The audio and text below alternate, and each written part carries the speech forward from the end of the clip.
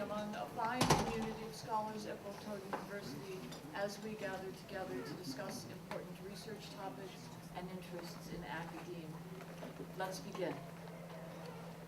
The term MOOCs, or Massive Open Online Courses, originated in 2008 during a course called Connectivism and Connected Knowledge, offered to students at the University of Manitoba. And these courses have been changing the way we think about higher education and distance learning in the United States for the past 5 years. These course offerings target large-scale participation along with free and open access via the web, often using open educational resources. Typically, MOOCs do not offer academic credit, and roughly 10% of the tens of thousands of enrolled students successfully complete this course. However, the discussion elevated to warp speed in fall 2011 when Stanford University launched 3 courses, each of which had an enrollment of approximately 100,000 students, and several well-financed providers in collaboration with top universities emerged, including Coursera, Udacity, and edX. Without wanting to be left out of the equation, many universities and online service providers, including Blackboard Incorporated, quickly followed the trend. MOOCs attract large numbers of participants, some of whom have been educators, business people, researchers, and others interested in internet culture. There are both benefits and risks associated with MOOCs. For example, a MOOC can be organized in any setting that has connectivity and can be conducted in any language, moving beyond time zones and physical boundaries. One of the most attractive features of MOOCs includes the opportunity to add one's own personal learning environment and the capability of improving lifelong learning skills. One of the risks to consider: MOOCs threaten the current higher educational business model by potentially selling teaching, assessment, and placement separately from the current suite of services. Some MOOC providers have begun charging license fees for educational institutions. Students are now able to pay to take proctored exams that could lead to obtaining transfer credit or a certificate at a degree-granting institution. Clearly, in a very short time, MOOCs have become interwoven into the fabric of higher education, and discussions centering on the viability, role, and future of such massive open online courses in international online learning environments is both pertinent and critically important to stakeholders, cohorts, and participants. San Jose State University has led the way in allowing MOOCs to be used for credit. However, this past spring, Amherst's faculty voted against joining edX, the non-profit Harvard-MIT collaboration, and its 58 Harvard faculty members sought the creation of a new committee to consider the effect online courses will have on higher education. Videotape was employed by a number of distance learning initiatives, but was criticized because of its passive nature. The multimedia generation had revolutionized distance learning and offered new possibilities, but only computers and the internet could effectively unite resources to offer new e-learning infrastructure comprised of networks and online communities. Meanwhile, another initiative appeared in the UK in 1969, one we are very familiar with here, the Open University. The Open University revitalized distance education because it combined correspondence instruction, supplementary broadcasting and publishing, residential short courses, and support services at local and regional levels. Its founders believed communication technologies could be explored to provide high-quality degrees. More important, Open University adopted an open policy to allow more students to have access to academic knowledge.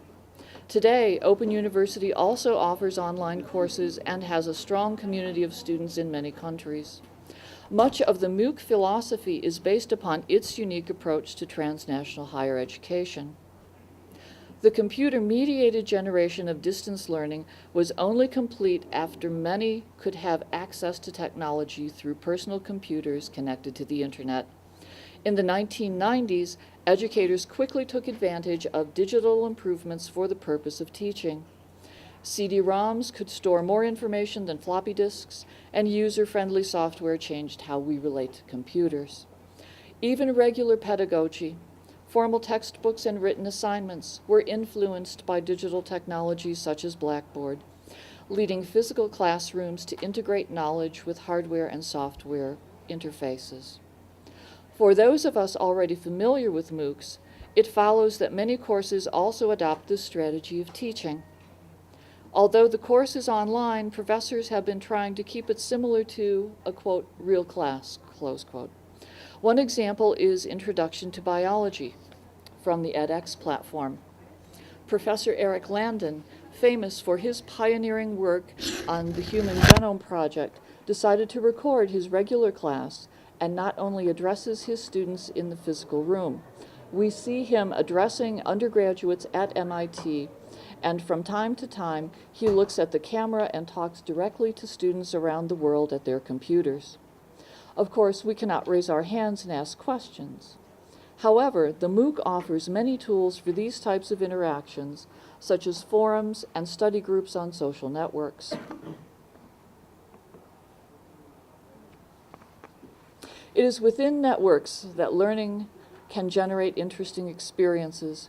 This leads us to the rise of MOOCs, the first of which launched in 2008 and was entitled Connectivism and Connective Knowledge 2008, or CCK8, created by educators Stephen Downs and George Siemens. Derived for a 4-credit course at the University of Manitoba, Canada, this was the first class designed bearing the acronym of MOOC, and employed many different platforms to engage students with the topic, including Facebook groups, wiki pages, blogs, forums, and other resources. Approximately 2,200 people signed up for CCK8, and 170 learners created their own blogs. The course was free and open, which meant that anyone could join, modify, or remix the content without paying tuition. In 2012, another experimental MOOC caught academics' attention. 2 Stanford professors, Sebastian Thrun and Peter Norvig, launched Introduction to Artificial Intelligence as a free, open, online course. Designed to emulate a real classroom experience and offer high-quality classes to everyone, the concept bore the strategic advantage of association with the prestigious Stanford brand name. More than 160,000 students in 190 countries registered, and for the first time, an open online course was truly massive. As a result, Thrun and Norvig created a new business model for online knowledge, the startup Udacity. Within a year, 2 more American startups for MOOCs appeared, Coursera and edX. In 2013, the Open University began building its own MOOC platform, FutureLearn, which features universities from the UK. There also are many other independent MOOC initiatives appearing with different goals, but they share common connection between teachers and learners. Transnational higher education has significantly evolved from top-down instruction and the one-way conduit of correspondence courses and educational video cassettes. Regardless how the history of MOOCs is considered, the way in which academic knowledge is obtained has been forever changed. Increasingly, knowledge and information can be easily reduced to small components and rapidly transmitted across the globe to a wide variety of recipients. Although the future of MOOCs in transnational higher education appears bright, the academic community has been slow to embrace the new model for the 20th century transnational higher ed. In fall 2012, Colorado State University's global campus became the first U.S. college to grant credit to students who successfully passed a MOOC in computer science for a total cost of $89, as opposed to $1,050 to take the 3-credit-hour traditional course. Yet nearly a year later, no students have taken advantage of the opportunity. Despite the excitement created by MOOCs, there is a decided lack of activity on the pathways between MOOCs and credit-bearing programs. The question arises, where are the freelance learners? The State University of New York, SUNY, Board of Trustees recently endorsed an ambitious vision for the ways in which SUNY could employ prior learning assessment, competency-based programs, and MOOCs to assist students in completing their degrees in less time and at reduced cost. The plan calls for, quote, new and expanded online programs that include options for time-shortened degree completion, close quote. In particular, the board proposed a huge expansion of the priority learning assessment programs offered by SUNY's Empire State College. The system will also encourage its top faculty members to build MOOCs designed so that certain students who do well in the courses might be eligible for SUNY credit. Ultimately, the system wants to add 100,000 enrollments in 3 years.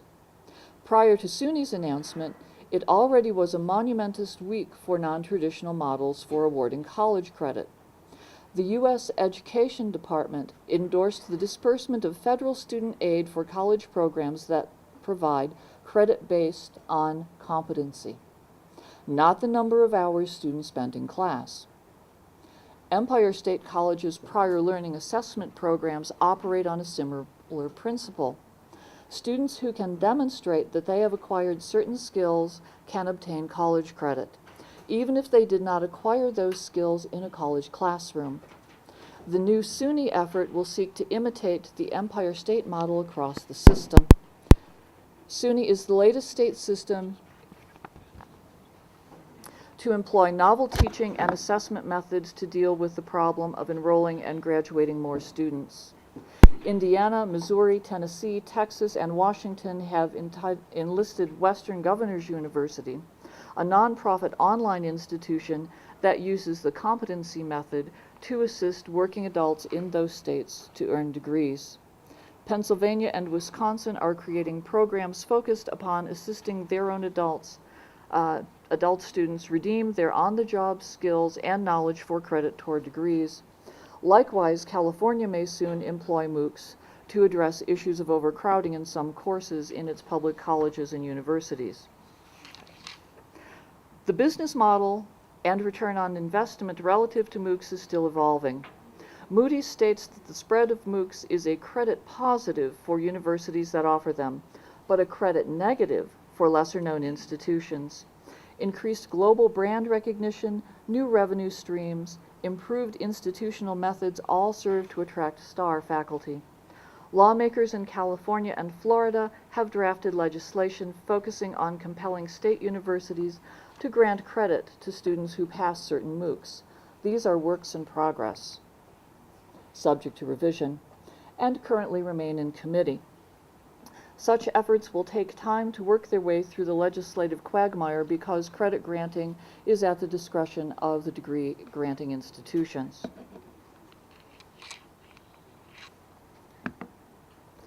Coursera, which currently lists 62 universities in its network, now boasts 3.2 million registered users from approximately 200 countries. Other platforms are equally robust. For example, Udacity has approximately 112,000 active students and instructors, along with 739,000 total registrants, and the nonprofit company edX has 675,000 users. Platforms in other countries have made it clear that they are staking a claim in this growing realm of higher education. Shu, Japan's entry in the market, has raised $1.5 million in venture capital and will offer more than 130 courses with a target audience of office workers in their 20s and early 30s. It hopes to have more than 1 million students enrolled by the end of 2013. A large segment of MOOC consumers are based in the U.S., where college fees have risen astronomically in recent years and no longer parallel with a rise in employment earnings. The legislature of cash-strapped U.S. states see MOOCs as a way to lower costs for public higher education seekers. While MOOCs are largely used by consumers in the English-speaking West, they have always been seen as a way to reach members of the international community who are educationally underserved.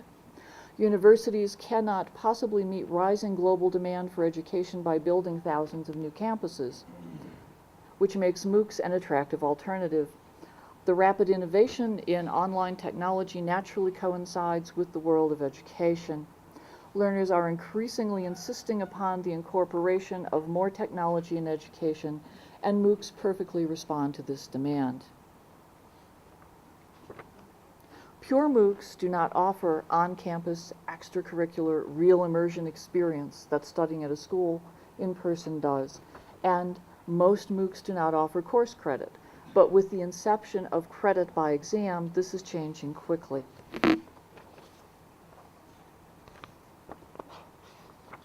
Credit-bearing MOOCs may possess political momentum, but the format still has many questions surrounding dropout rates and potential cheating.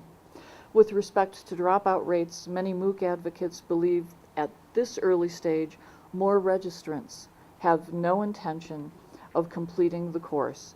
They're simply experimenting with the technology. Insofar as plagiarism and cheating is concerned, new technologies such as keystroke biometrics and new business opportunities abound with online monitoring companies such as ProctorU. ProctorU has actually signed an agreement with Coursera and entering the marketplace with video observation and high-tech keystroke analysis they assert can certify honest results. These developments have not been well received by all educators, but with a significant number of universities already adopting MOOCs as part of the blended learning model, they are here to stay. Similarly, credit-bearing MOOCs are certain to expand. In both cases, that expansion is certain to take place globally. Coursera earned $220,000 in the first quarter after it began charging a fee for verified completion certificates under its Signature Track program, and also earns cash from Amazon.com if course enrollees buy books recommended by professors. If you have never seen a MOOC or examined the diverse offerings on the platform, here's a short list of several popular MOOCs offered through various universities. Okay. Intro to Artificial Intelligence, Gender Through Comic Books, X-Informatics, Welcome to Computing, and Frontiers Controversies in Astrophysics. MOOCs are no longer the province of American institutions. This spring, Hong Kong University of Science and Technology launched what was titled Asia's first MOOC on Coursera, an online course entitled Science Technology in China. It's anticipated that 8,000 to 10,000 students enrolled for the 3-week course, but the real registration was 17,000.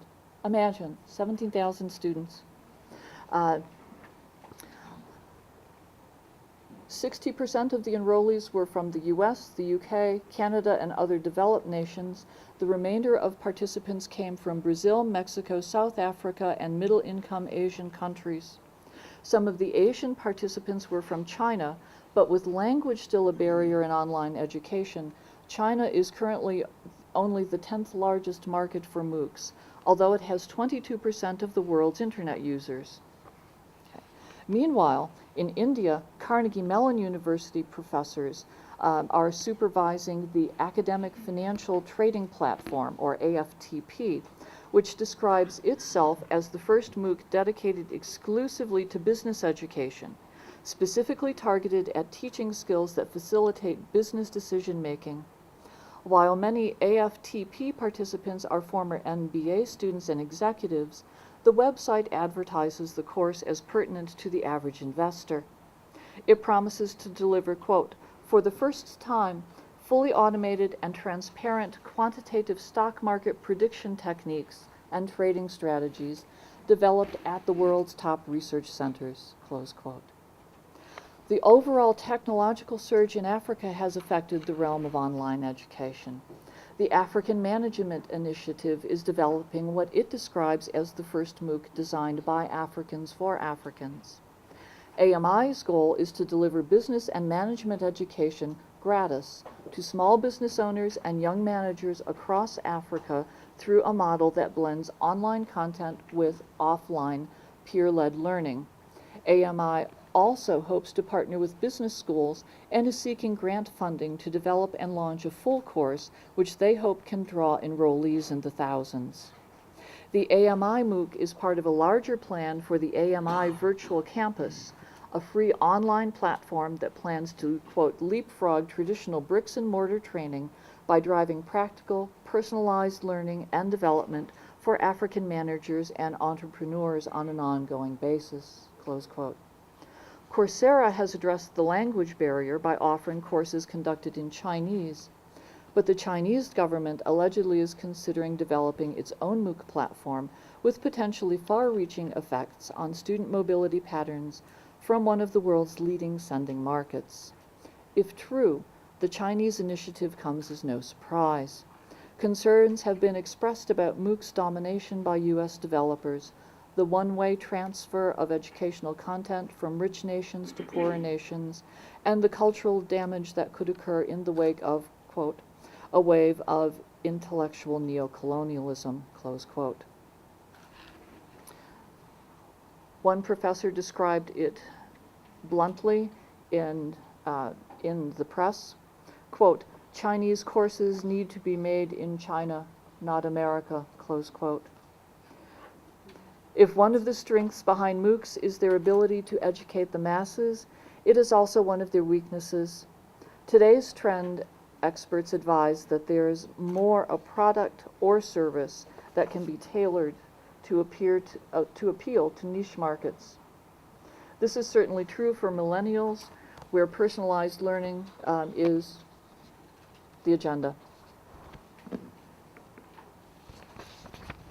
And here's a short list of some of the offerings and, if you will, who the players are in MOOCs right now. Okay. And so, European joint ventures with MOOC developers abound. The latest in Denmark, where the 500-old University of Copenhagen plans to offer 4 Coursera MOOCs, for which more than 40,000 students have registered and as many as 100,000 are expected. In addition to university partners, Coursera has also announced a pilot collaboration with Russian tech center Digital October to bring more courses to Russian-speaking students via translated subtitles and in-person meetups. The not-for-profit MOOC developer edX also has established a presence in Europe, doubling the size of its institutional membership. Among its new partners in Europe are École Polytechnique Fédérale in Lausanne, Switzerland, and Delft University of Technology in Delft, the Netherlands. As of last December, the UK has a massive open online course platform developed on its own shores in the form of FutureLearn.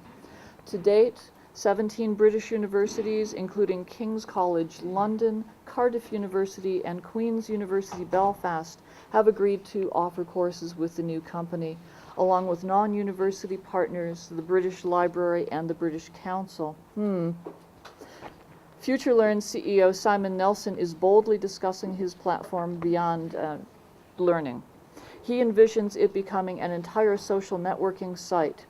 He told Times Higher Education, quote, "It may sound ridiculous in ambition, but in 5 or 10 years, rather than hanging out on Facebook, people will feel they can hang around the FutureLearn product," close quote. Germany also has entered the MOOC market with the development of OpenHPI, an educational internet platform created by Hasso-Plattner Institute of Potsdam. Courses are offered both in German and English, with a portion of OpenHPI's courses targeted at general audience, while other classes are designed to appeal to information and communications and tech folks.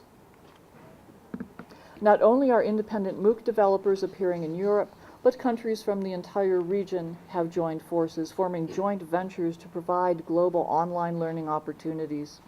Courses will be conducted in 12 languages and are broad-ranging in subject matter, encompassing disciplines such as mathematics, economics, e-commerce, climate change, cultural heritage, corporate social responsibility, Middle East studies, language learning, and creative writing. The European Commission also has been involved in Academy Cube, an open education platform from Germany's SAP software company focused on teaching IT skills and matching students with job vacancies.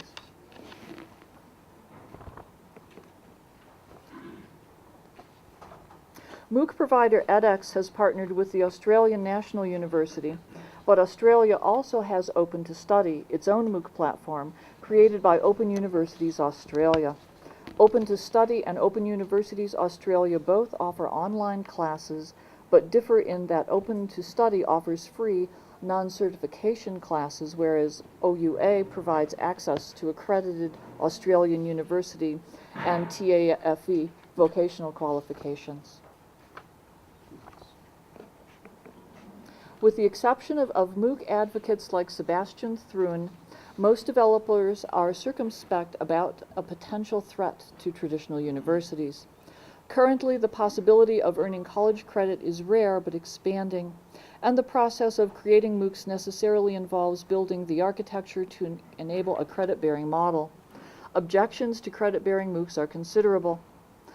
First, ranging from issuance of a WARE or substandard curriculum, to creating a breed of superstar professors with external influence. 3, as a rationale for political hardliners to reduce public education budget allocations. Do these obstacles mean MOOCs will not disrupt the standard education model? Not necessarily.